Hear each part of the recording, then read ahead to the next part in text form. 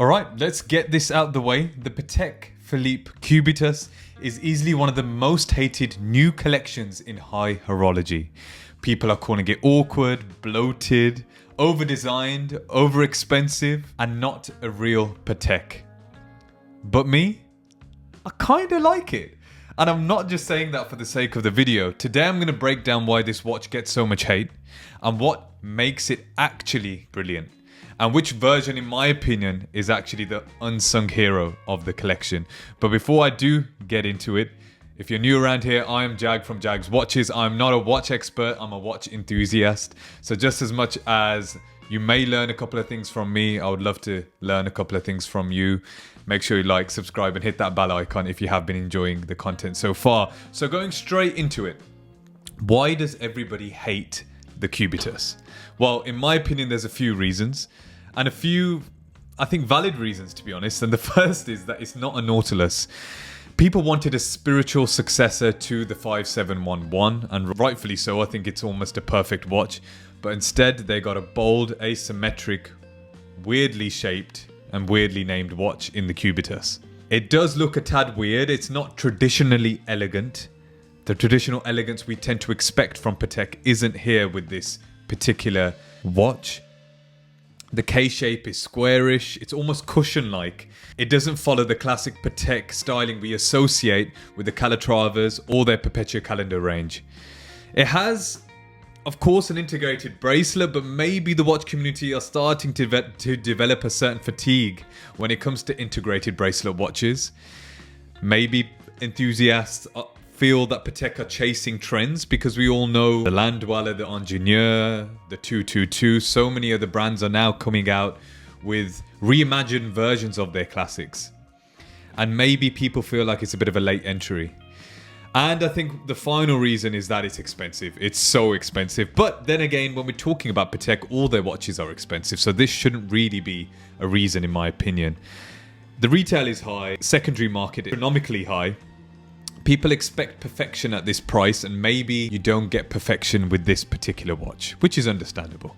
But here's why I love it. I think once you get past all these hot takes and actually admire what they've made, you still can appreciate the quality here. The brush steel work is insane, second to none. The bracelet integration is as good as anything, including the Nautilus. And of course, the movement finishing, which Patek is very known for, is still here. The quality is still here, and I don't think they cut any corners when it came to finishing, and that's really what matters in my opinion. It's a comfortable, modern, and daring watch. I think Patek took a risk, and I admire them taking a risk. And I think that counts for something in the sea of safe luxury pieces and luxury branding. Very rarely do you see luxury brands that already are doing particularly well go against the curve and do something completely different. And I do rate Patek for doing that. I think it's divisive, and it's not trying to please everyone, and I think that gives it a unique identity. Now, as I mentioned, I think there is an unsung hero in the collection, and I'm going to start off with that watch. And of course, I'm talking about the reference 58211A, the Cubitus Self-Winding stainless steel with that beautiful green dial. It's got a 40.4mm stainless steel case, integrated bracelet, and a great movement. Power reserve of 45 hours. Now, why I love it, I don't particularly tend to wear gold watches. One, because I can't afford them, but also I prefer the aesthetic of stainless steel and maybe white gold eventually. But there's no complications with this watch. There's no distractions. It's just a pure, modern Patek sports watch that feels industrial and refined. I love the green dial on this. I think simplicity here at its best. And I think the proportions are great. Some people feel that these watches are a bit thick and bigger, but obviously with Watches and Wonders, they did release a smaller version of this watch. And I think it flies under the radar in a way that the Nautilus couldn't and can't. Now, with regards to what this watch looks like, yes, there's no doubt that this looks like the Cartier Santos and that whole range of Cartier watches with their square case designs.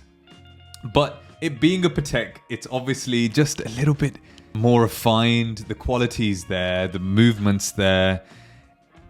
I think it's a lovely watch, and I wouldn't mind having this watch. Now, of course, the retail is ridiculous, and the secondary market is even more ridiculous as I've mentioned, but I do think that this watch is the unsung hero. Let me know in the comments if you do like this watch.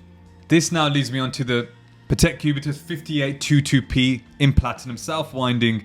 I do like the aesthetic of this. Now again, you get the beautiful open case back, again the blue dial. It being a platinum watch, you get that heft on the wrist. Again, I think this is probably my second favorite in the collection after the stainless steel version. I love a moon phase, I'm a sucker for that. I know it's the most useless complication in the world. However, it does add a nice aesthetic to the watch. One thing I really don't like about this is actually the strap that it comes on. The denim strap, it's just... They say it's a composite material fabric pattern, but I think it just cheapens the look of the watch. Let me know in the comments if you agree with me on that, because there's something odd about this. I love that huge date at 12 o'clock. I've always been a fan of huge date windows, especially with Lange & Söhne as well. I think they do it perfectly. And again, I think Patek have done a great job with that at 12 o'clock. I think definitely the second best in the lineup. And that leads me on to the 5821 1AR001, which is that rose gold and steel variant with that blue dial. I think that this is a beautiful watch. I just don't like mixing metals. I don't like gold and steel. It's a very thin watch, and I know that other people would like this aesthetic. It's a little bit more flashier, but for me personally, it's either steel or gold or one or the other. I don't like mixing it, but beautiful blue dial. Beautiful contrast between the indices here and that blue dial. Simplicity again at its best. I just really like the aesthetic of square watches, I guess. But I guess I think the reason it gets so much hate is because it's just not what you expect from Patek, and some people don't like that. So, in conclusion, let's talk about it. The Cubitus isn't for everyone. We know that. It's not meant to be. But the more I've looked at it, I have tried it on and compared it to the Nautilus height machine. I think it deserves a little bit more respect than it gets from the watch world.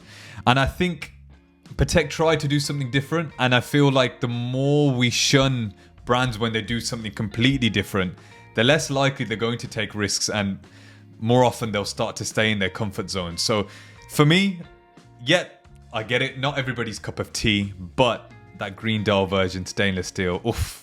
I would love to have that watch. I think it's a beautiful watch. It's bold, it's industrial, and it's not trying to be the next Nautilus. It's trying to be something else.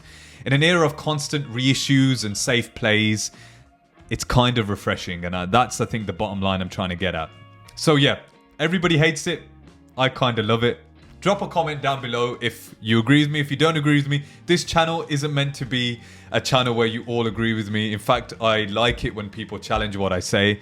And to be honest, if it has grown on you, let me know. If it hasn't grown on you and it's a hard pass, also let me know, and why it's a hard pass for you.